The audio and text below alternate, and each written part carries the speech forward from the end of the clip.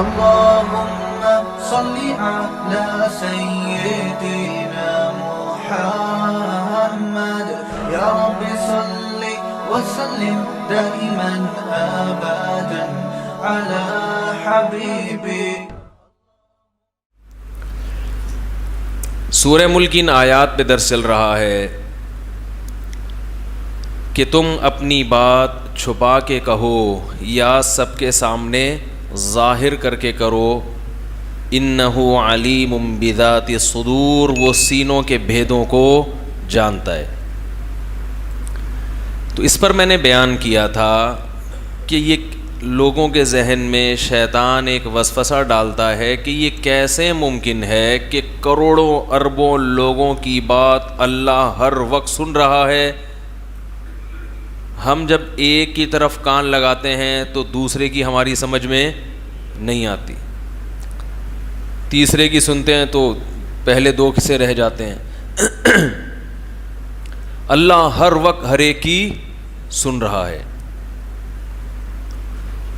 تو یہ اعتراض اور اشکال ہمیں اس لیے ہوتا ہے کہ ہم اللہ کو اپنے اوپر قیاس کر رہے ہوتے ہیں. ایک بات خوب اچھی طرح سمجھ لو، خوب اچھی طرح، کہ جو لوگ بھی مذہب کے مخالف ہیں نا، مخالف، ان کے جتنے بھی دلائل ہیں اسلام کے خلاف، اللہ کے وجود کے خلاف، محمد صلی اللہ علیہ وسلم کی نبوت کے خلاف، تو یاد رکھو اگر اللہ کا وجود، جنت اور جہنم، فرشتوں کا وجود، یہ تمام چیزیں عقل کے خلاف ہوتی تو قرآن عقل کے بہت زیادہ استعمال کا حکم نہ دیتا. افلا تتفکرون، غور و فکر کیوں نہیں کرتے؟ ان فی خلق السماوات والارض لآیات لأولی الالباب، فرمایا آسمان اور زمینوں کے پیدائش میں عقل والوں کے لیے نشانیاں ہیں. افلا تعقلون، عقل سے کام کیوں نہیں لیتے؟ افلا یتدبرون، تدبر کیوں نہیں کرتے؟ خوب اچھی طرح گہرائی میں گھس کے غور کیوں نہیں کرتے؟ ام علی قلوب اقفالها، دلوں پہ تالے پڑ گئے ہیں، سوچتے کیوں نہیں ہو؟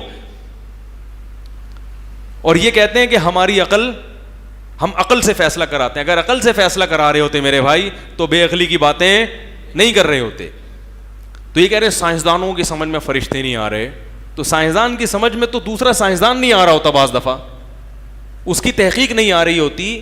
تو ہر چیز کو اللہ نے ایک محدود صلاحیت دی ہے. آنکھ کی ایک محدود صلاحیت، کانوں کی ایک محدود صلاحیت، سونگنے کی ایک محدود صلاحیت، تو سوچنے کی بھی اللہ نے ایک محدود صلاحیت دی ہے. اس سے آگے دماغ اس پہ ریسرچ کر ہی نہیں سکتا ہے.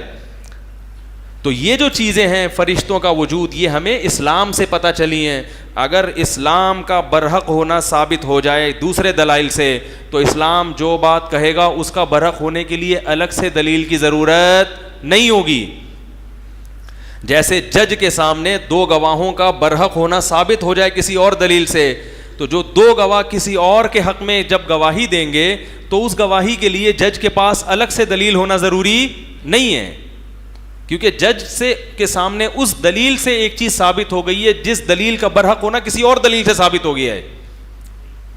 بہت مشکل ہے. تو فرشتوں کا جو وجود ہے اس کا برحق ہونا ایسی دلیل سے ثابت ہے جس دلیل کا برحق ہونا کسی اور دلیل سے ثابت ہے. وہ دلیل کیا ہے وہ ایک الگ ٹاپک ہے، ابھی میں اس پہ بات نہیں کروں گا. تو اسلام کا برحق ہونا اتنے دلائل سے ثابت ہو چکا ہے کہ اب اسلام جو جو دعوے کرے گا ان میں ہر دعوے کے لیے آپ کے پاس دلیل کا ہونا ضروری نہیں ہے. کیونکہ اگر ہر دعوے کے لیے دلیل کا ہونا ضروری ہوتا تو پھر اسلام کی دلیل کی کیا ضرورت تھی آپ کو؟ ارے بھائی جج نے دو گواہ بلائے کہ بھائی یہ بندہ صحیح کہہ رہا ہے غلط کہہ رہا ہے، تم گواہی دو. یہ جج اسی لیے بلاتا ہے نا کہ جج کے پاس اس آدمی کے برحق ہونے کی اس کے علاوہ کوئی دلیل نہیں ہوتی. اگر ہو تو ان دونوں کی کیا ضرورت ہے؟ تو بہت سی چیزیں ایسی ہیں جہاں سائنس پہنچ نہیں سکتی. اگر سائنس فرشتوں تک پہنچ سکتی ہوتی تو ہمیں فرشتوں کے وجود پر، جنت اور جہنم کے وجود پر، اور آخرت برحق ہے، موت کے بعد ایک زندگی ہے، ان چیزوں پر پھر پیغمبروں کی ضرورت بولو بھائی نہیں. جیسے ہمیں کھانا کتنا ہے کتنا نہیں کھانا اس کے لیے پیغمبروں کی ضرورت نہیں ہے، کیونکہ یہ حکیموں نے، ڈاکٹروں کی پہلے سے تحقیقات بولو بھائی چلی آ رہی ہیں. پیغمبر آتے ہیں شریعت بتانے کے لیے. تو فرشتوں کا جو وجود ہے یہ قرآن و سنت سے بھی ثابت, پھر تورات اور انجیل سے بھی ثابت ہے. یہ حضرت موسیٰ علیہ السلام, عیسیٰ علیہ السلام, یہودی بھی مانتے ہیں, عیسائی بھی مانتے ہیں, مسلمان بھی مانتے ہیں کہ تمام پیغمبروں نے بتایا ہے. اور یہ بھی بتایا کہ یہ انسان کی مدد بھی کرتے ہیں اور انسان کو اللہ کے حکم سے نقصان بھی پہنچاتے ہیں. تو اگر وہ چیز لیبارٹری میں نہیں آئی تو یہ اس کی علامت نہیں ہے کہ اس کا وجود ہے ہی نہیں. قرآن کہہ رہے لہو معقبات من بین یدیہ ومن خلفہ یحفظونہ من امر اللہ. اللہ فرماتے ہیں پے در پہ ایسے فرشتے آنا جانا لگا رہتا ہے جو اللہ کے حکم سے انسان کی حفاظت پہ مامور ہیں. تو صرف ایک نہیں ہے, ہر وقت فرشتوں کی ایک لائن لگی ہوئی ہے جو انسان کو بہت سارے شر سے بچا رہے ہوتے ہیں. آپ کہہ سکتے ہیں کہ جتنے شر اس وقت تک دریافت ہوئے ان سے بچانے کے لیے تو تحقیق یہ ہے کہ فلاں چیز سے فلاں چیز بچاتی ہے, فلاں سے, تو کون سا شر ایسا ہے جو فرشتہ بچا رہا ہے بھائی جراثیم ہے نا, اس سے بچنے کے لیے ہمارا اندر کے جراثیم ہیں. تو ہر چیز سے بچنے کے لیے کوئی انتظام ہے. سردی سے بچنے کے لیے کمبل ہے. کیا خیال ہے بھائی؟ سردی ایک ایسا شر ہے جس سے بچنے کے لیے کیا ہے؟ کمبل ہے بھائی. تو کون سی چیز ہے؟ فرشتے کون سے شر سے بچا رہے ہیں؟ بھائی بہت سے شر ایسے ہیں جو آپ نے دیکھے نہیں ہیں. جیسے 8 سے 100 سال پہلے اگر کوئی یہ بات کرتا کہ ہم پر جو بیماریاں حملہ کرتی ہیں اس سے بچانے کے لیے اندر کے جراثیم ہیں جو ہمیں بچا رہے ہوتے ہیں, کوئی مانتا؟ دیکھا ہی نہیں ہے نا اس نے. تو ایسے بہت سے شر ایسے ہیں جو انسان کی طرف متوجہ ہوتے ہیں, لیکن انسان ہماری لیبارٹریوں ان کو ٹریس, جتنی شیطانی قوتیں ہیں, جن جو ہے نا جن, یہ مادے سے بنی ہوئی مخلوق ہی نہیں ہے. آپ کو پتہ ہے ریسرچ یہی ہے نا کہ جو آگ ہے وہ مادہ نہیں ہے, یہی ہے نا ریسرچ, وہ انرجی ہے, وہ توانائی ہے. تو جنات کو اللہ نے آگ سے بنایا تو وہ مادی چیز ہی نہیں ہے کہ جو ہماری لیبارٹری میں وہ کس قسم کی مخلوق بنائی ہے یہ ہم نہیں جانتے. فرشتوں تو جنات سے بھی ہٹ کے ایک الگ مخلوق ہیں جن کو اللہ نے نور سے بنایا ہے, روشنی سے بنایا ہے. تو اب کون سی چیزیں شر ایسے ہیں جو ہم پہ حملہ کرتے ہیں وہ ہمیں معلوم نہیں ہے. جب معلوم ہی نہیں ہے تو ان سے بچنے کے لیے بھی اللہ نے کچھ انتظام رکھے ہوئے ہیں. وہ انتظام کس کے ذریعے ہیں؟ فرشتوں کے ذریعے. اور یہ بڑی عجیب مخلوق ہے, قرآن و سنت سے پتہ چلتا ہے. بہت طاقتور ہیں, ان سے اللہ کام لیتے ہیں. بڑی بڑی قوموں کو اللہ نے فرشتوں کے ذریعے تباہ و برباد کیا ہے. اور یہ انسان سے محبت کرتے ہیں, اللہ کی حمد و ثنا کرتے ہیں. یہ ساری صفات قرآن و سنت نے بیان کی ہیں اور ان میں کوئی بات بھی عقل کے خلاف نہیں ہے. بھائی ہو سکتا ہے ایسی مخلوق ہو سکتا ہے ہمیں اس قسم کی چیزیں نقصان پہنچا رہی ہوں, ایسی مخلوقات ہوں جو ہم نے دیکھی. بھائی ہم نے تو جراثیم دیکھ لیا نا, اور بھی تو مخلوقات ہو سکتی ہیں. یہ کون دعویٰ کر سکتا ہے کہ ساری کائنات کی ہر چیز میری سمجھ میں آ گئی ہے؟ یہ دعویٰ کرنا ہی حماقت ہے. میرے ساتھ ایسا ہوا تھا ایک دفعہ, میں وہ کام کر رہا تھا, تو وہ ابھی چھوڑو, پھر میرے واقعہ پہ کلپ بنا دیں گے لوگ, بہت بڑے بزرگ ہیں, کرامت مفتی صاحب کی. پھر جو بزرگ مانتے ہیں وہ واہ واہ, اور جو نہیں مانتے وہ گالیاں لکھ رہے ہوں گے. ٹھیک ہے نا, یہ مارکیٹ میں یہ چل رہا ہے. تو یہ جو ہے نا فرشتوں کے ذریعے مدد, یہ مشاہدے پر مبنی حقیقت ہے. بچا لیتے ہیں فرشتے انسان کو. کوئی ایسی دھکا دے دیتے ہیں, بعض دفعہ ایسا بھی ہوتا ہے, گاڑی آ رہی ہے, کئی واقعات ہوئے ہیں, پیچھے سے بس آ رہی ہے اور کیا ہوا ہے.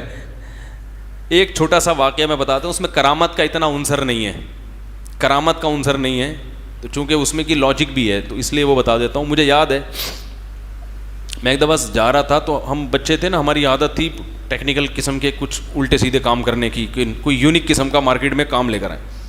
تو وہ تندور سے گھر والوں نے روٹیاں لینے کے لیے بھیجا, تو میں روٹیاں لے کے آ رہا ہوں, تو میرے ساتھ میرے کزن بھی. ہم نے کہا اوپر دیکھ کے چلتے ہیں آسمان پہ. بچے تھے نا, نئی نئی شرارتوں کا شوق ہوتا ہے. کیونکہ وہ تقریباً 1 کلومیٹر کا فاصلہ تھا, تو ہم نے کہا کہ ہم اتنے دنوں سے تندور آ رہے ہیں, اب یہ تجربہ کرتے ہیں کہ اوپر دیکھ کے ہم گھر تک پہنچ سکتے ہیں کہ نہیں پہنچ سکتے. یعنی اندازے سے چلتے ہیں ستاروں کو دیکھ کے. نہیں آ رہی سمجھ میں؟ اوپر دیکھ کے, آسمان پہ دیکھ کے چلیں گے, چلتے چلتے نا اندازے سے کون پہنچتا ہے اور کون کہیں اور نکل جاتا ہے. اب کیسی بے وقوفی بھائی, کچھ اللہ کا, لیکن بچوں تو بچے ہوتے ہیں. اب مجھے یاد ہے میں اوپر دیکھ رہا ہوں اور دیکھتے دیکھتے دیکھتے دیکھتے جا رہا ہوں, مجھے خیال آیا بھائی کہیں بس سے نٹ, کیونکہ سڑک بھی تھی, کوئی ٹکرا نہ جاؤں. بالکل ایک پوائنٹ پہ آ کے نا مجھے خیال ہوا ہے کہ ایک دفعہ نیچے دیکھ لو. نیچے دیکھا, کھلا ہوا گٹر, ایک قدم اگر آگے ہوتا تو یہ واقعہ سنانے والا آج اس کائنات میں موجود نہ ہوتا. آپ کہتے بھائی ایک تھے, آپ کیا کہتے, بلکہ کہتے ہی نہیں, ہمارے گھر والے کہہ رہے تھے بھائی ہمارا ایک بچہ تھا, والدین کہہ رہے تھے ایک بچہ تھا. تو اور مرا کیوں, وجہ موت کسی کی سمجھ میں, جتنے بھی محققین بیٹھتے وہ لکھتے کہ بچہ اللہ نہ کرے کیوں مرا, کسی کی سمجھ میں نہیں آتا, کیونکہ اس اسٹائل میں تو کوئی بھی نہیں مرا ہوگا بھائی صاحب. تو پھر مجھے اندازہ ہوا کہ بھائی ایسا تجربہ آئندہ. لیکن دیکھو اتنا لمبا فاصلہ میں نے طے کیا, بالکل جب اس کے کنارے پہ پہنچا ہوں اور اگلا قدم گٹر میں, تو یہ عین ممکن ہے کوئی اللہ کی طرف سے کوئی مخلوق ہو جس نے گردن کو نیچے, کیونکہ موت کا وقت نہیں آیا نا, اللہ نے کہا نیچے دیکھ لو ابھی, ٹھیک ہے نا, یہ واقعہ تم نے سنانا بھی ہے. یہ بھی ممکن ہے کوئی اتفاقی واقعہ ہوا ہو, بس اللہ نے بچایا تو اللہ نے دل میں ڈال دیا. تو ایسے کام بعض دفعہ اللہ فرشتوں سے بھی لیتا ہے, وہ آ کے گردن موڑ دیتے ہیں آپ کی, ٹھیک ہے نا. دل میں خیالات بھی ڈالتے ہیں فرشتے, دل میں خیالات بھی ڈال دیتے ہیں, جیسے جنات دل میں خیالات ڈالتے ہیں وساوس, ایسے ہی فرشتے بھی دل میں خیالات ڈالتے ہیں. دوست ہوتے ہیں انسان کے, جنات جیسے دشمن ہے تو فرشتے کیا ہیں, دوست ہیں, وہ اچھے خیالات ڈالتے ہیں. تو بعض دفعہ وہ خیال ڈال دیتے ہیں, اللہ تعالیٰ اس کے دل میں ڈال دیتے ہیں, اس کو بولو نیچے دیکھو, بس بہت ہو گیا مذاق, نیچے دیکھو, نیچے دیکھا تو گٹر ہے. تو اتنا اللہ کا شکر ہے, ہم نے کہا بھائی آئندہ اس قسم کا مذاق نہیں ہوگا, دوڑ لگا لیں گے کون پہلے پہنچتا ہے, ٹھیک ہے نا, اوپر دیکھ کے نہیں چلنا. تو قرآن میں ہے نا کہ تتنزل علیہم الملائکۃ الا تخافوا ولا تحزنوا وابشروا بالجنۃ التي کنتم توعدون. اللہ فرماتے ہیں جو لوگ دین کے راستے پہ آتے ہیں, مجاہدے کرتے ہیں, قربانیاں دیتے ہیں, تو صرف اتنا نہیں ہے کہ ان کو جنت کا یقین ہے, آ رہے ہیں, ان کو فرشتوں کی طرف سے بشارتیں بھی ملتی رہتی ہیں. فرشتے ان کے کان میں آ کے کہتے رہتے ہیں, ان کے دل میں آ کے خیالات ڈالتے رہتے ہیں, ان قریب یہ آزمائش ختم ہونے والی ہے, ان قریب یہ آزمائش ختم. بشارتیں کہ اس جنت کی خوشخبری قبول کرو جس کی وسعت آسمانوں اور زمینوں سے زیادہ ہے. تو فرشتوں کی طرف سے باقاعدہ تسلیاں ملتی ہیں انسان کو, چونکہ ان لوگ کو ملتی نہیں ہے نا, کوئی دین پر چلتے ہی نہیں ہے, تو نہ تسلیاں ملتی ہیں نہ قربانی ہے, کچھ بھی نہیں ہے, تو یہ انکار کر دیتے ہیں. جن کو ملتی ہے ان سے پوچھو, وہ کہتے ہیں ہمیں الحمدللہ, میں نہیں کہہ رہا کہ مجھے ملتی ہیں, میں تو کوئی اتنا نیک آدمی اللہ کہ مجھے بنا دے, لیکن جن کو ملتی ہیں اس کے بہت واقعات ہیں جن کو فرشتوں کی طرف سے کیا ملتی ہیں, تسلی, صبر کی, تبھی تو ان کا صبر بہت زیادہ ہوتا ہے. اور اللہ فرماتے ہیں کہ فساء قرینا, کہ جو لوگ دین کے خلاف چلتے ہیں اللہ شیطان کو, جنات کو ان کا دوست بنا دیتا ہے, اور وہ جنات ان کے دل میں الٹے الٹے خیالات ڈالتے رہتے. یخرجوہم من النور الی الظلمات, ان کو سیدھے راستے سے اندھیروں کی طرف, ہر آنے والا دن پہلے سے زیادہ برا. تو جو لوگ مذہب کے خلاف ہیں ان کی دیکھو نا, ہر آنے والا دن پہلے سے کیا ہوتا ہے ان کا, بدتر, بدتر سے بدتر ہوتا چلا جاتا ہے ان کا ہر آنے والا دن. ظاہری لحاظ سے خوشحال ہوں گے, اندر سے ٹوٹ پھوٹ, کیونکہ تسلی دینے والا نہیں ہے. انسان صرف اس مادی جسم کا نام نہیں ہے, بہت کچھ ہے انسان کے ساتھ جو ہم نہیں جانتے, کچھ جو ہمیں شریعت نے بتا دیا, بہت سی چیزیں نہیں بتائی ہیں. تو بہت کچھ ہے اس انسان کے ساتھ جو ابھی جس ممکن ہے کچھ چیزیں تحقیق میں بھی آ جائیں, تحقیق کے دائرے میں بھی آ جائیں, لیکن اس میں آپ یوٹیوب کی ویڈیوز پہ نہ جایا کریں. یوٹیوب بعد فرشتوں کو دکھا رہا ہوتا ہے, وہ مذاق اڑوانے والی بات ہے. وہ دیکھو فرشتہ آ رہا ہے, وہ فیک ویڈیوز ہوتی ہیں, وہ جب غلط ثابت ہوتی ہیں تو لوگ مذاق اڑاتے ہیں. وہ کسی نے دکھایا وہ ایک پتھر ہے آسمان اور زمین کے درمیان میں, وہ کرامت, وہ پتہ چل رہا ڈرامے بازی ہے, کچھ بھی نہیں ہے. تو لیکن ایک حقیقت ہے, جنات بھی فرشتے بھی. تو اسی طرح یاد رکھو, یہ جو قرآن کہتا ہے نا کہ میں ہر ایک کی بات ہر وقت سنتا ہوں, یہ ہماری عقل میں اس لیے نہیں آتا کہ ہم اس مادی زندگی کے حساب سے اللہ کو دیکھتے ہیں. اللہ کی ذات عقل سے بالا تر ہے, وہ سننے دیکھنے کے لیے اسباب کا محتاج نہیں ہے. جب وہ اسباب کا محتاج ہی نہیں ہے تو اس کے لیے نہ سننا تعجب کی بات ہے. اگر وہ یہ کہتا کہ میں کچھ چیزیں سنتا ہوں کچھ نہیں سنتا, یہ عقل کے خلاف ہو جاتا. کہ جب تو سننے کے لیے کسی عضو کا محتاج نہیں ہے, تیری ذات سنتی ہے, تو پھر یہ کیا بات ہے کہ وہ سن رہا, اس کو سن رہا ہے اس کو نہیں سن رہا, پھر اس کو کس بیس پہ سن رہا ہے؟ نہیں آ رہی بات میرا خیال ہے. اس کو کس بیس پہ سن رہا ہے؟ تو سب کو سن رہا ہے, نہیں سن رہا تو کسی کو بھی نہیں. اگر قدرت ہے تو ہر چیز کی ہے, نہیں ہے تو کسی چیز کی بھی نہیں ہے. تو اللہ کا علی کل شیء قدیر ہونا, اللہ کا ہر چیز کا سننا, یہ عقل کے خلاف نہیں ہے. یہ دعویٰ عقل کے خلاف ہے کہ کچھ چیزیں سنتا ہے اور کچھ نہیں سنتا. یہ عقل, جیسے مشرکین یہ کہتے ہیں کہ اللہ نے فلاں معبود کو یہ اختیار دیا, فلاں کو یہ اختیار, وہ اپنی مرضی سے جو چاہیں کر سکتے ہیں. تو اللہ نے کہا کہ ان کے پاس اس کرنے کی وہ طاقتیں نہیں ہیں. جس کے پاس طاقت ہوتی ہے اسباب سے ہٹ کے کچھ کرنے کی, پھر وہ سب کچھ کر سکتا ہے. کیونکہ جب آپ کچھ کرنے کے لیے کسی سبب کے محتاج نہیں ہو تو آپ کے پاس ماورائی طاقتیں ہیں, پھر تو جو چاہے کرو آپ. ایسا معبود نہیں ہو سکتا جو کچھ تو کر سکتا ہو اور کچھ نہیں کر سکتا ہو. یہ نہیں ہو سکتا. کرے گا تو سب کچھ کرے گا, نہیں کرے گا تو کچھ بھی نہیں کر سکتا. تو اس لیے اللہ نے فرمایا کہ اسروا قولکم او اجہروا بی, اپنی باتوں کو چھپا کے کرو یا سب کے سامنے ظاہر کر کے. انہ علیم بذات الصدور, وہ سینوں کے بھیدوں کو بھی جانتا ہے. کیونکہ جب وہ جانتا ہے تو جاننے میں پھر چھوٹی بات ہو بڑی بات ہو, سوچنے کی حد تک ہو یا بولنے کی حد تک ہو, پھر سب چیزیں اس کے اختیارات کے دائرے میں آتی ہیں. کوئی چیز پھر اس کی دسترس سے باہر نہیں ہے. تو اسی لیے اللہ نے آگے فرمایا کہ جب وہ سب کچھ, الا یعلم من خلق, فرمایا جس نے پیدا کیا وہ سن نہیں سکتا. کیا مطلب بھائی؟ پیدا کرنے کی بھی کوئی لاجک نہیں ہے, زیادہ مشکل کام ہے. کسی چیز کو بنانا زیادہ مشکل ہے, اس کے معاملے میں نالج رکھنا یہ نسبتاً آسان ہے. تو جو مشکل کام جس نے کر کے دکھا دیا بغیر کسی سبب کے تمہیں بنا دیا, جو آج تک سائنسدانوں کی سمجھ میں نہیں آ رہا, الٹی سیدھی تھیوری لا رہے ہیں, کوئی کہہ رہا ہے یوں بنا تھا, کوئی کہہ رہا ہے بندر تھا. وجہ کیا ہے کہ جب سمجھ میں نہیں آ رہا تو بجائے اس کے کہ اعتراف کر لیں یار ہماری سمجھ میں نہیں آ رہا, ٹھیک ہے نا, بس اللہ نے بنا لیا, اس اعتراف کرنے کے بجائے کچھ نہ کچھ تھیوری گڑھتے رہیں گے کہ نہیں اس طرح ہوا ہے, اس طرح ہوا ہے, اس طرح ہوا ہے. میں تو سائنسدانوں سے اللہ کا انکار کرتے کہتے ہیں تم صرف یہ ثابت کر دو نا خربوزہ کیسے بنا ہے, خدا کی قسم مان لوں گا میں. ایک خربوزے کا وجود میں آنا یہ اتفاق سے ممکن نہیں ہے. کیسا عجیب ہے کہ آپ خربوزے کا بیج بوتے ہیں, خربوزے کے بیج زمین میں ڈالا, کھاد مٹی پانی سے بیل نکلی, اس میں دوبارہ سے خربوزے نکلے, ان میں دوبارہ وہی بیج ہیں, پھر اس سینکڑوں بیج, پھر اس بیج میں سے ہر ایک بیج میں وہی صلاحیت, جتنے بیج ہیں ان سب کو دفن کر دو, ہر بیج سے اسی طرح بیلیں, اسی طرح ہزاروں لاکھوں خربوزے, ہر خربوز میں کروڑوں بیج, پھر ان کروڑوں بیجوں کو زمین میں ڈالو, کروڑوں سے اربوں. یہ سائیکل جو چل رہا ہے, اس سائیکل کی ابتدا کیسے ہوئی بھائی؟ اگر اس میں چینجنگ ہو رہی ہیں شروع سے تو پھر اب کیوں نہیں چینجنگ ہو رہی؟ یہ کچھ اور تھا اور کچھ اور سے اس نہج پہ پہنچا ہے بھائی, ٹھیک ہے نا. تو اس نہج پہ آ کے گھومنا کیوں شروع کر دیا اس نے؟ یہ خربوزے سے تربوز کیوں نہیں بن رہا؟ یہ کچھ اور طرف کیوں نہیں جا رہا؟ ایسا زبردست خوبصورت سرکل اور اتنا عجیب. دیکھو ایک چیز گول دائرے میں گھوم رہی ہو نا, وہ اتنا عجیب نہیں ہے.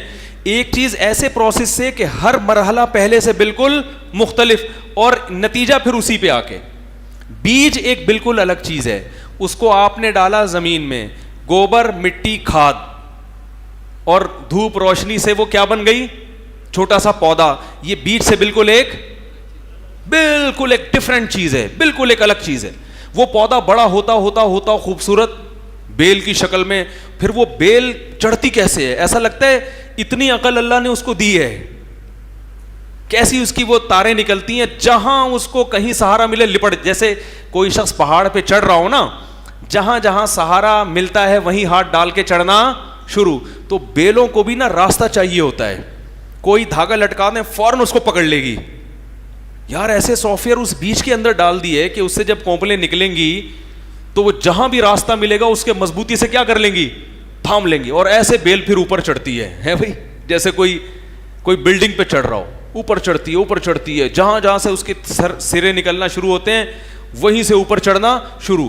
پھر یہ بالکل ایک الگ مرحلہ ہے, اس میں ایسا لگ رہا ہے گویا پودے میں اللہ نے سینس رکھی ہے, عقل رکھی ہے. پھر آگے ایک الگ مرحلہ, پھر اس میں پھول پیدا ہونا شروع.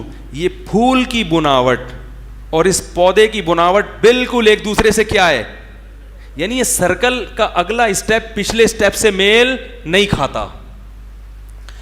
نہیں آ رہی. پھر پھول بنتا ہے تو پھول کی ایک لاجک کیا ہے کہ مکھیاں اور تتلیاں اس کی طرف لپکیں. وہ لپکنے سے کیا ہوتا ہے کہ نر اور مادہ ذروں کا ملاپ ہے بھائی. اگر وہ پھول نہ بنتا تو تتلیاں نہ لپکتی. یہ پری پلان ہے یا اتفاق سے ہوا ہے؟ اتفاق سے ایسی چیزیں ہوتی ہیں, یہ پلاننگ ہے بھائی, یہ اتفاق سے نہیں ہوا.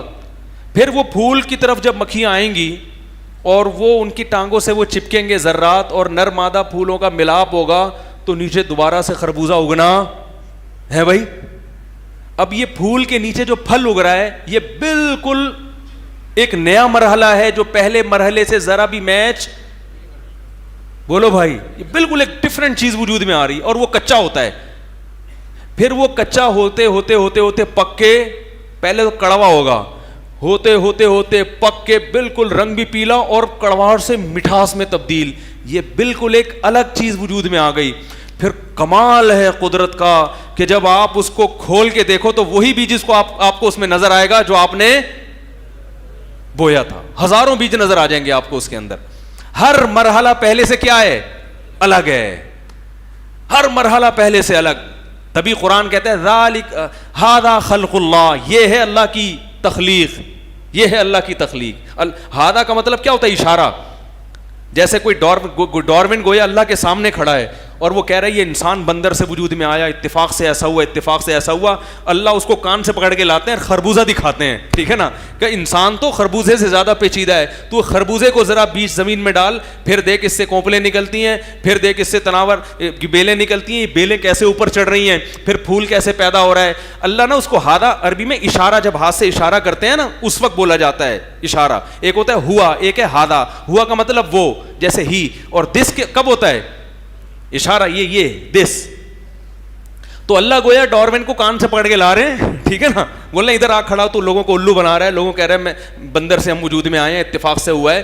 تو اللہ کہتے ہیں تو خربوزے کو دیکھ لے, یہ اتفاق سے نہیں ہو سکتا. یہ بیج ڈال ذرا زمین میں, پھر دیکھ کیا نکل رہا ہے, پھر دیکھ کیا ہو رہا ہے, پھر دیکھ پھول پیدا ہو رہے ہیں, پھر دیکھ اس پھول کے اندر کیسے کچا پودا, پھر وہ خربوزہ, پھر جب اسے کھولے گا وہی بیج. اب دوبارہ اسی بیج کو ڈال, 1000 سال تک تو یہ کام کرتا رہے, یہی خربوزہ پیدا ہوتا رہے گا. ھذا خلق اللہ, یہ ہے اللہ کی تخلیق, یہ اتفاق سے اور خود سے وجود میں آنے والی چیز نہیں ہے. آگے اللہ نے کہا فارونی ماذا خلق الذین من دونی, ذرا مجھے بتاؤ کہ اللہ کے علاوہ جن لوگوں نے چیزیں بنائی ہیں وہ تو ذرا مجھے دکھاؤ, کیا وہ اتنی پیچیدہ ہیں؟ تم نے جو چیزیں بنائی ہیں وہ اتنی ٹیکنیکل نہیں ہیں, اس کے باوجود تم ان چیزوں کو تو کہتے ہو کہ خود سے وجود میں نہیں آ سکتی, وہ کسی نے بنائی ہیں. اور یہ ایک معمولی سا خربوزہ اس سے بھی زیادہ پیچیدہ ہے, اس کو کہہ رہے ہو کہ یہ خود سے وجود میں, خود سے اتفاق سے وجود میں آ گیا ہے. تو یہ لاجک والی باتیں, یہ پاگل پنے والی باتیں ہیں بھائی. جو لبرل لوگ ہیں جو کہتے ہیں مولوی بے عقلی کی باتیں کرتے ہیں, مولوی بے عقلی کی باتیں نہیں کر رہا میرے بھائی. تم چونکہ شہوت پرست ہو, تمہیں زنا کو حلال کرنا ہے, تمہیں باپ اور ماں کو گھر میں رکھنے کے لیے تم تیار نہیں ہو, تمہیں ان کو بڑھاپے میں اولڈ ہوم میں جمع کرانا ہے, تم نے عیاشی کی زندگی گزارنی ہے, تم نے رب کی عبادت سے جان چھڑانی ہے, تم اپنی زندگی کو گاڈ لیس بنانا چاہتے ہو کہ خدا کا دماغ سے نکال دو تاکہ ہم جانوروں کی طرح آوارہ ہو کے زندگی گزاریں, گدے اور گھوڑوں کی طرح عورت کا استعمال کرے, جس کا جب دل چاہے جس عورت سے جا کے منہ کالا کرے. مذہب تو باؤنڈ کر دیتا ہے نا آپ کو پابندیوں میں, ان پابندیوں سے اپنے آپ کو آزاد کرنے کے لیے اللہ کا انکار کرتے ہیں, اور لیبل کس کا لگاتے ہیں کہ ہماری عقل میں ہماری عقل میں نہیں آتا. تبھی قرآن کہہ رہا ہے بل ادارک علمہم فی الآخرہ بل ہم فی شک منہا بل ہم منہا عمون, جان کر اندھے بنے ہوئے ہیں خواہشات کی وجہ سے. اس لیے اللہ نے فرمایا افرأیت من اتخذ الہہ ہواہ, بھلا اس کو دیکھا جو حقیقی اللہ ہے اس کا تو انکار کر رہا ہے اور اپنی خواہشات کو اس نے خدا بنایا ہوا ہے. گاڈ ہر ایک کا ہوتا ہے, کسی کا حقیقی گاڈ ہوتا ہے, کسی کی خواہشات اس کا خدا بن جاتی ہیں, وہ خواہشات کی عبادت کر رہا ہے. تو یہ جو لوگ ہیں نا جو آپ کو بار بار فیس بک پہ لبرل لوگ ہیں اور اللہ کا انکار کرنے والے لوگ ہیں, بار بار کہہ رہے ہیں یہ مولویوں کی باتیں, خدا رسول جنت جہنم فرشتوں نے گولی یہاں سے وہاں کر دی اور کہہ کے لگا کے ہنستے ہیں, تو یہ اصل میں وہ لوگ ہیں جو اپنی خواہشات کو خدا بنانا چاہتے ہیں. کہ ہمارے بھی, کیونکہ مولوی تو پابندیاں لگائے گا نا, یہ جائز ہے یہ ناجائز ہے. ایک صاحب میرے پاس آئے کہنے لگے میری بیگم فلاں آدمی سے ہنس کے باتیں کری, مجھے غصہ آیا. تو بیگم نے کہا پھر کیوں تمہیں غصہ کیوں آ رہا ہے بھائی, بیگم میں اعتراض کر رہی ہے میں پہ, تمہیں غصہ کیوں آ رہا ہے؟ تو اس نے کہا میری غیرت کے خلاف ہے. اس نے غیرت کیا ہوتا ہے ٹھیک ہے نا, غیرت کیا ہوتا ہے. تو اب مذہب کی پابندیوں سے آپ اگر باہر نکل جاؤ تو جس سے چاہو ہنس کے بات کرو, پھر آپ کو غصہ ہونے کی اجازت. انگریز کی بیوی کسی سے ہنس کے بات کرتی ہے, گورے کو غصہ آتا ہے؟ آئے گا؟ کوئی بات نہیں بھائی, ہنسنے پر گورنمنٹ نے کوئی پابندی نہیں لگائی. اسی طرح انگریز بھی اگر کسی گرل فرینڈ سے اپنی ہنس کے بات کرے گا تو اس کی بیوی کو بھی غصہ, بولو بھائی, نہیں آئے گا. تو یہی ماحول چاہتے ہیں ہمارے معاشرے میں بھی پھیل جائے, غصہ لیس ہو جائیں, ٹھیک ہے نا. غصہ آئے تو صرف مولویوں پہ آئے, مولوی کے علاوہ کسی پہ غصہ نہ, بیٹی پہ غصہ آئے کہ وہ بن ٹھن کے بے پردہ ہو کے باہر کیوں جا رہی ہے, نہ بہن پہ غصہ آئے, نہ بیوی پہ غصہ آئے, نہ بیوی کو شوہر پہ غصہ آئے کہ کیا لگتی ہے تیری جو ہنس کے باتیں کر رہا ہے اس سے 1 گھنٹے سے, ہے بھائی. کسی کو بھی غصہ کسی پہ نہ آئے. صرف لوگوں کو اگر غصہ آئے تو مولویوں پہ آئے کہ وہ غیرت کی باتیں کیوں کرتے ہیں, اللہ رسول کی باتیں کیوں کرتے ہیں, عورت کو پردے کا حکم, مرد کو داڑھی کا حکم, اور فرشتوں کو گولی یہاں سے وہاں کر دی, یہ اس قسم کی باتیں ہیں بھائی. مفتی تقی عثمانی صاحب کو اللہ نے بچا لیا, واہ واہ واہ, اتنے بڑے بزرگ ہیں, اللہ نے بچا لیا. تو اس سے تو یعنی یہ ثابت ہو جائے گا کہ وہ اللہ کے مقرب ہیں. تو ہم کیا ہیں, ہم ایسے ہی ہیں, ٹھیک ہے نا بھائی. اللہ کی نعمت ہے, کسی کو بچاتا ہے اللہ تعالیٰ اس کے تقوی کی وجہ سے, اس کے اخلاص کی وجہ سے, اور کسی کو شہادت دے دیتا ہے. تو ان کو کسی پہ غصہ نہیں آتا ہے تو صرف کس پہ, مولوی. باقی میں جو مولویوں کا دفاع کرتا ہوں اس کا مطلب یہ ہرگز نہیں ہے کہ سب مولویوں کا میں دفاع کرتا ہوں, یہ ڈکشنری سے نکال دو. مجھے پتا ہے, میں تو شعر سناتا ہوں, ہے خرابی دین کی ان 3 سے, شاہ ظالم پیر جاہل مولوی بے دین سے. 2 چیزیں ہیں مولویوں میں کہ اگر وہ 2 بیماریوں میں سے ایک بیماری بھی کسی مولوی میں ہوگی تو بیڑا غرق کرے گا. بس یہ بات کر کے میں بیان ختم کرتا ہوں. کسی بھی مولوی کے بیان سننے ہو یا اس سے فائدہ اٹھانا ہو تو 2 چیزیں چیک کر لیا کرو کہ یہ گڑبڑے نہ ہو. نمبر 1, خود عمل ہی نہیں ہوگا, بعض دفعہ دعوے ہوں گے عمل نہیں ہوگا, وہ بیڑا غرق کرتا ہے. اور بعض دفعہ علم نہیں ہوتا, عمل بہت ہوتا ہے. بہت سے مولوی بڑے مخلص ہیں, علم کم ہے ان کے پاس. کوئی حدیث کہیں سے مل گئی, جیسے میں بتاتا ہوں نا, امام احمد ابن حنبل کے پاس ایک شخص آیا, اس نے کہا کہ میرے باپ نے حکم دیا ہے کہ میں اپنی بیوی کو طلاق دے دوں. صحیح ہے نا, حدیث پڑھ لی تھی کہیں. امام احمد نے کہا کہ مت دو طلاق. اس نے کہا کہ نبی نے حکم دیا ہے حضرت عمر کے بیٹے کو کہ جب باپ حکم دے بیوی کو طلاق دینے کا تو کس کی اطاعت کرو, بولو بھائی, باپ کی. تو حدیث تو ہی ہے, پیغمبر کی تعلیمات تو یہ ہیں کہ باپ جب حکم دے رہا ہے بہو کو طلاق دینے کا تو بیٹے پر لازم ہے کہ وہ کیا کر دے. اب یہ ادھورا علم ہے, بہت مشکل ہے. یہ گڑبڑ کرتا ہے. یہ جو مولوی جو بیڑا غرق کر رہے ہیں نا دین کا, یہ وہ ہیں جن کو علم میں رسوخ, بولو بھائی, نہیں ہے, یا رسوخ تو ہے, سمجھنے کی صلاحیت, ہر چیز کی ہر صلاحیت اللہ نے ہر ایک میں تھوڑی رکھی ہے. تو امام احمد بن حنبل چونکہ مجتہد تھے نا, انہوں نے فوراً کہا کہ حل ابو کا مثل عمر, کیا تمہارا باپ بھی عمر جیسا ہے؟ آپ کی سمجھ میں نہیں آ رہا تو اس کی سمجھ میں کہاں سے آیا ہوگا بھائی. اس نے حدیث پیش کی کہ نبی نے حضرت عمر کو, عبداللہ بن عمر کو حکم دیا کہ باپ کی اطاعت کرو نا, باپ جب حکم دے بہو کو طلاق دینے کا تو باپ کی بات ماننا لازم ہے. تو اس نے کہا یہ تو باپ کی اطاعت تو واجب ہے, تو میرا ابا بھی کہہ رہا ہے تو میں بھی بیوی کو چھوڑ رہا ہوں. تو یہ آدھا علم ہے. تو حضرت امام احمد بن حنبل نے کیا کہا, حل ابو کا مثلو عمر, کہ تمہارے ابا بھی حضرت عمر جیسے. حضرت عمر کے بارے میں تو اطمینان تھا کہ اگر وہ حکم دے رہے ہیں تو اس کی کوئی لاجک ہوگی. تمہارے ابا کا کیا پتا بھائی, بلا وجہ خامخواہ کی ٹینشن بھی ہوتی ہے نا. آج کے ساس سسر جو میری بیانات سن رہی ہیں ساسیں, ان کے علاوہ کی بات کر رہا ہوں. آج کے ساس سسر کا کوئی بھروسہ تھوڑی ہے کہ یار ویسے ہی خامخواہ میں بلا وجہ بہو سے چڑے ہوئے بیٹھے ہوئے ہوں اور بیٹے کو حکم دے رہے ہوں اس کو چھوڑ دو. بعض دفعہ بلا وجہ نہیں, باوجہ بھی ہوتے ہیں, بعض دفعہ بلا وجہ بھی ہوتے ہیں. تو اس میں رائے لینی پڑتی ہے کہ یہ کسی وجہ سے کہہ رہے ہیں یا خامخواہ میں اپنا غصہ نکال رہے ہیں بلا وجہ کا. تو ادھورا علم کیا کرتا ہے انسان کو.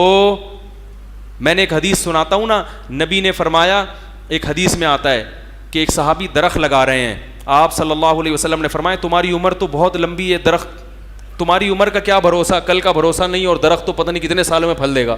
اب جس نے یہ حدیث سنی ہو وہ کیا کہے گا, گویا اسلام میں درخت لگانا اچھا کام نہیں ہے, نبی تو دنیا کی نفی سکھا رہے ہیں. کیا ہو گیا, بس یہ ختم کر رہا ہوں, آخری ہے, واقعی آخری ہے.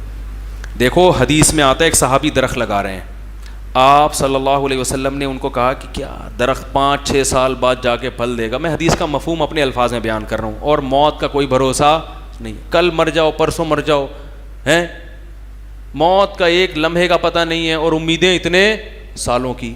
جس نے صرف یہ حدیث پڑھی ہو آدھا علم ہے, وہ کہے گا بھائی وہ کبھی بھی کوئی کھجور کا درخت لگا رہا ہوگا, یا حکومت جب مہم چلائے گی درخت لگانے کی تو کہے گا یار کیا پتہ, زندگی کا کوئی بھروسہ ہے نہیں, اور ہم درخت لگا لگا کے پتہ نہیں پھل دیں گے بھی نہیں دیں, ہیں بھائی. وہ اس حدیث سے یہ مطلب لے گا نا, جیسے رفع الیدین کی آتی ہیں حدیثیں, نہ کرنے والی کا پتہ وہ ضعیف ہے.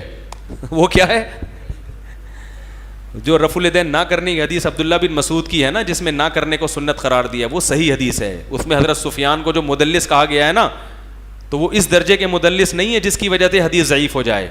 انہوں نے صرف ہاں درخت لگانے کی, تو بھائی درخت لگانے کی یہ حدیث اگر سامنے ہوگی تو آپ اس حدیث کا اصل مفہوم نہیں سمجھو گے. دوسری حدیث صحیح مسلم کی جس میں آپ نے درخت لگانے کی ترغیب دی, فرمایا جس نے درخت لگایا اور مر گیا تو مرنے کے بعد چرند پرند بھی جب تک درخت سے کھائیں گے اس کو قبر میں ثواب ملے گا. موت کا اس میں بھی ذکر اور اس میں بھی. پتا چلا درخت لگاؤ دنیا کی لالچ میں نہیں, انسانیت کی ترقی کے لیے. تو یہاں بتا دیا کہ جب دنیا میں کچھ خیر کا کام کرنا ہے تو اس میں تمہاری نیت درست ہونی چاہیے. کیوں کر رہے ہو, لالچ میں اگر کر رہے ہو, بھائی کیا مائیکل جیکسن نے کتنی لالچ کی تھی, میں 90 سال کا ہو جاؤں گا, میں 100 میں اتنا بڑا ڈانسر, کل کا پتہ نہیں ہے, ٹھیک ہے, اور تو اتنی لمبی لمبی امیدیں کر رہا ہے.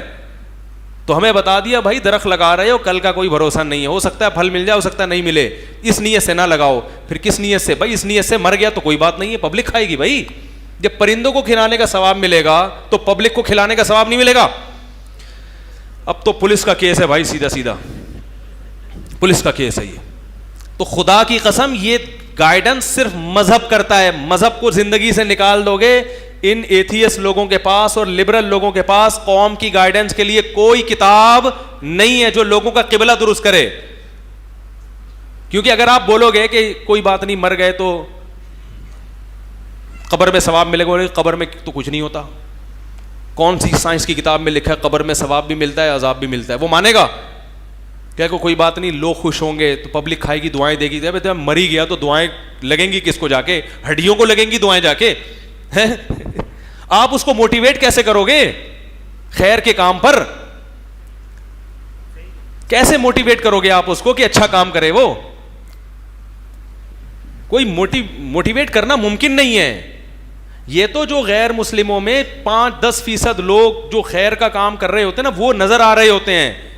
اگر ان کے پاس مذہب ہوتا, ایک صاحب یورپ سے آئے, کہنے لگے یار میں کسی خاص ملک کا نام نہیں لوں گا, کہہ رہے 5% لوگ ایجوکیٹڈ ہیں, باقی 95% سمجھتے ہیں ان دھندوں میں لگے ہوئے ہیں, عیاشی میں. ان 5% کی ترقی ہے جو دنیا دیکھ رہی ہے. اگر ان کے پاس مذہب ہوتا تو 95% ترقی کرتے, 5% سٹے لگا بھی رہے ہوتے, اور پھر ان پہ 80 کوڑے بھی لگ رہے ہوتے. ان پہ نہیں آ رہی بات, حد جاری ہوتی نا, نشہ تو اسلام میں حد جاری ہو جاتی ہے نا اس کے اوپر.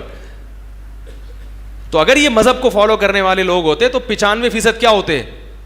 پڑھے لکھے ہوتے, کیونکہ عیاشی تو ختم ہو جاتی نا, شراب کباب یہ سب چیزیں جو انسان کو روکتی ہیں.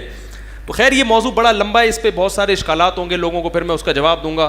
تو مجھے پتہ ہے اس پہ کیا کیا آپ کے ذہن میں اشکالات آ رہے ہوں گے, اس کے کیا کیا جوابات ہیں, لیکن اس کو چھیڑوں گا تو موضوع پورا چینج ہو جائے گا. تو میرے بھائی اسلام نے آپ کی نیت کو درست کر دیا کہ درخت لگاؤ, ترقی کرو, مگر زیادہ امیدیں دنیا سے مت لگاؤ. تبھی میں کہتا ہوں گھر بنانے کے بجائے درخت لگانا زیادہ بہتر ہے, ٹھیک ہے نا, اس کے فائدے زیادہ ہیں. اور اپریل فول کے حوالے سے بھی ایک بات کروں, کل 1 اپریل ہے نا 2019, تو وہ ٹوپی ڈرامے لوگوں کے شروع ہو جائیں گے. تو ایک صاحب نے بڑا اچھا مشورہ دیا کہ لوگوں کو سے کوئی چیز چھڑوانا بڑا مشکل ہے, ان کی سوچ کو ڈائیورٹ کرنا یہ آسان ہے. ایک کام اور انہوں نے کچھ نہ کچھ تو کرنا ہی ہے, تو بھائی یہ نہیں کرو تو یہ کر لو. تو درخت